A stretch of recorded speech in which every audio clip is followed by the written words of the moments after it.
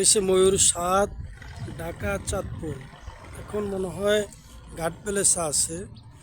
আহ, এটা হয়েছে পারাবত কোম্পানির পাশের ডগে আছি আমি। এই ডগটার নাম জানি না।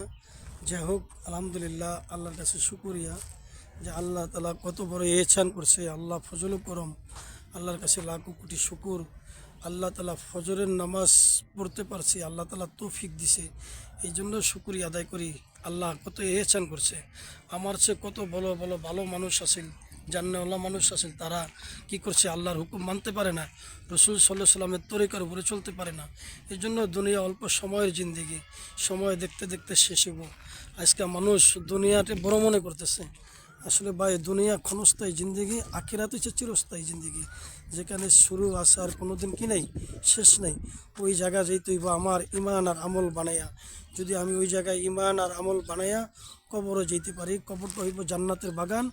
আর যদি ইমান আমল বানাইয়া আমি কবরও না যাই, কবরটা হইব জান্নাতের একটা, জাহান্নামের একটা টুকরা। এই জন্য ইমান আমল বানাইয়া কবরও যেতেইব।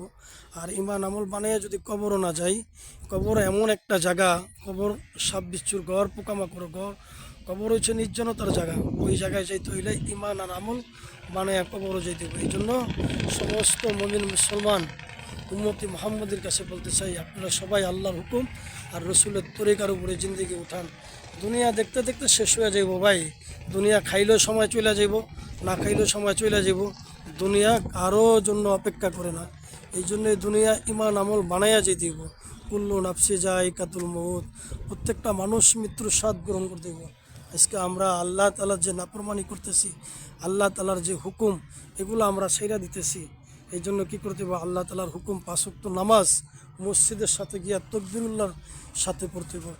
যে বান্দা 5 ওয়াক্ত নামাজ গিয়া মসজিদের সাথে তকবিরুল্লাহর সাথে পড়বো, আল্লাহ তালা তারে 2টা পরোয়ানা দান করবো। 1 নম্বরে মুনাফিকের দপ্তর থেকে আল্লাহ তার নাম কেটে দিব। 2 নম্বরে আল্লাহ তালা জান্নাতের রাস্তাগুলো তার সহজ করে দিব। এই জন্য ইনশাল্লাহ আমরা 5 ওয়াক্ত নামাজ মসজিদের জামাতে সহিত পড়ব। যেখানে থাকি, যেই অবস্থায় থাকি, ইনশাল্লাহ কাজের ফাঁকে ফাঁকে আল্লাহ তালার হুকুমগুলো মানুম। আল্লাহর হুকুম মানলে আল্লাহ তালা সমস্ত কাজে আমার সাহায্য করব। আল্লাহ রসুল সাল্লাহ সাল্লাম বলছে, যে নামাজ পড়লো, ফজরের নামাজ পড়লো, তার হাতে ইমানের ঝান্ডা, আর তারে যদি কেউ কষ্ট দেয়, আমি আল্লাহ তালা তারে উবুদ করে জাহান্নামে নিক্ষেপ করুন।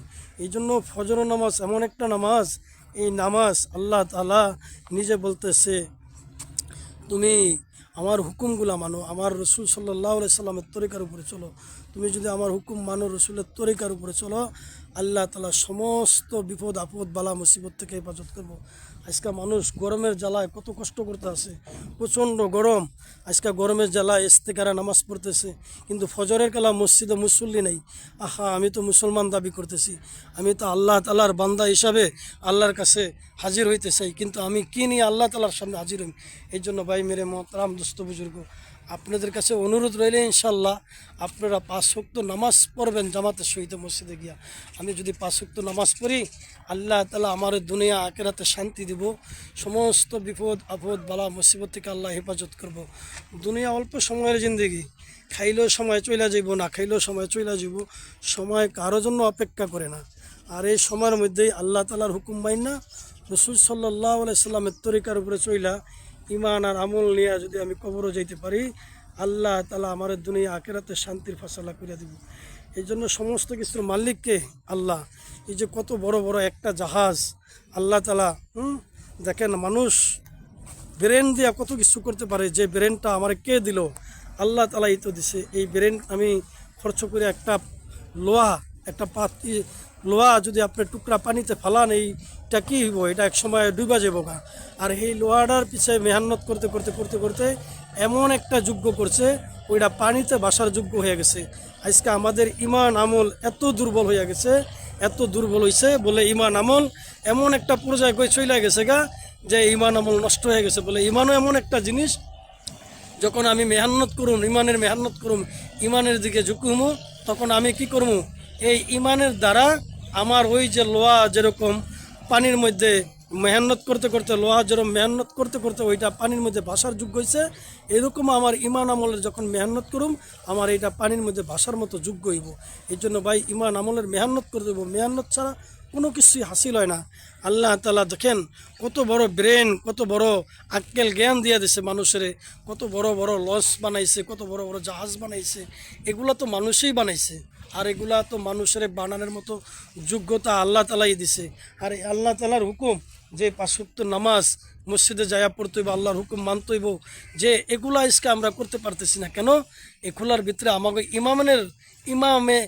ইমানের দুর্বলতা। ইমানের দুর্বলতা অর্থ ইমানের দিকে মেহনত করি নাই। ইমান আছে, যতটুকু ইমান হইলে আমি আল্লাহর হুকুম রসুলের তরিকার উপরে চলতে পারুম, অতটুকু ইমান আমার ভিতরে নাই। এই জন্য এতটুকু ইমান আমার থাকা চাই, এতটুকু ইমান আমার সবল করতে হইব।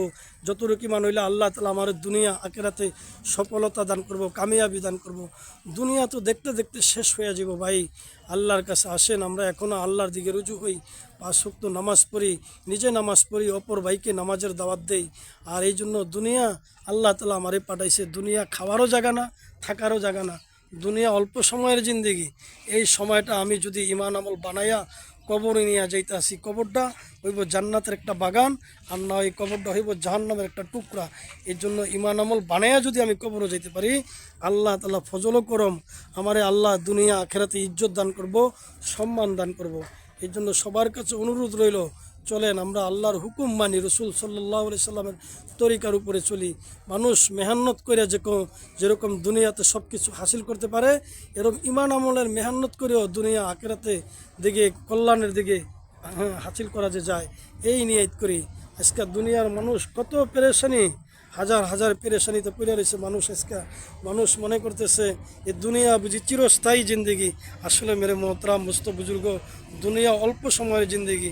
এই দুনিয়া থাকার জিন্দেগি না, খাওয়ার জিন্দেগি না। এই দুনিয়াতে ইমান আর আমল নিয়া যাইতেইব। দুনিয়া থেকে যদি ইমান আমল নিয়া বানিয়া যায়, তো এই কবরটা হইব জান্নাতের বাগান, না হয় কবরটা হইব জাহান্নামের একটা টুকরা।